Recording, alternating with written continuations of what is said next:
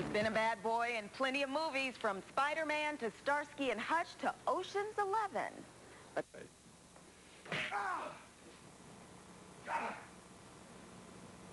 Jesus! Bruiser? Not until later. Sorry, Danny. I forgot.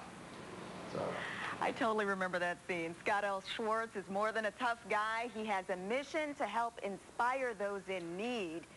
And he joins us now. And I understand that this is all personal for you, that you have a personal connection. Yes. You mean Chicago, my visit? Mm-hmm. Yeah, it's what I like to call my week of legends. I come in on Sunday.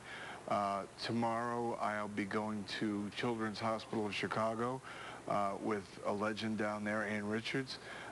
On Wednesday and Thursday we have two events for Alicia's house, which is down in Crete, and we have an event Saturday night at the Lincolnshire Golf Course. And legends Milt Pappas, oh, yeah. Juan Hernandez, Kevin the Butcher Hughes, Paul Christie, great people. And on Thursday I'll be visiting Lutheran General Hospital, visiting the kids down there. And another legend, Jan Welter, who runs the Child Life Department. And, you know, thanks for having me on. And first of all, I'd like to say God bless the men that lost their lives in September 11th tragedy, and the families and every fireman and policeman. They do a great job and they protect us. Absolutely. So how did you play a bad guy on the screen, and yet you've got a big heart? You have a different persona off screen. I think some people fall into it too much and believe their own press, so to speak. My sister passed on in 1998. Before that, I had visited children in the hospital and whatnot, and she died of lung cancer in 1998. During her treatment, and how the old doctors, was she was 37 years old, unfortunately, and I pleaded for God to take me instead of her, because she hadn't lived life yet, and I had lived a lot of life, and unfortunately he didn't. And basically, I decided to, when she was going through her treatment, I was told by the doctor it's imperative in the treatment of cancer that the patient's spirit is uplifted. And I said, I can do this.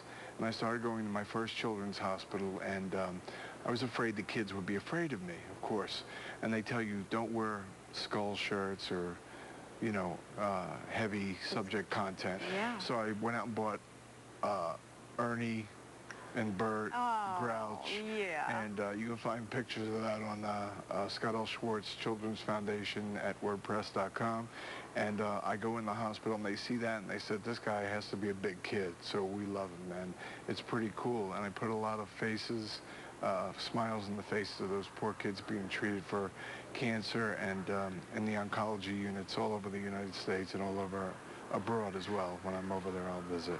That's so great. I know you do so much for them. What does it do for you when you go and you meet these kids? You know, it's a little tough for you when you're doing it, because you really, I can't go into a room and start crying, because it's very touching to me. And I think about my sister every time I do it. And hopefully she's looking down on me and saying, you know, that's my brother. I mean, you know, but once you leave there, you have, pretty sad.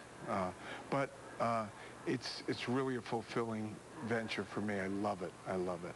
Well, we certainly appreciate all the work that you have. So many events here in Chicago coming up. I'm telling you, Chicago's great. The pizza's great. You can tell I've had a couple of slices that are good during my illustrious career, and, you know, it's good.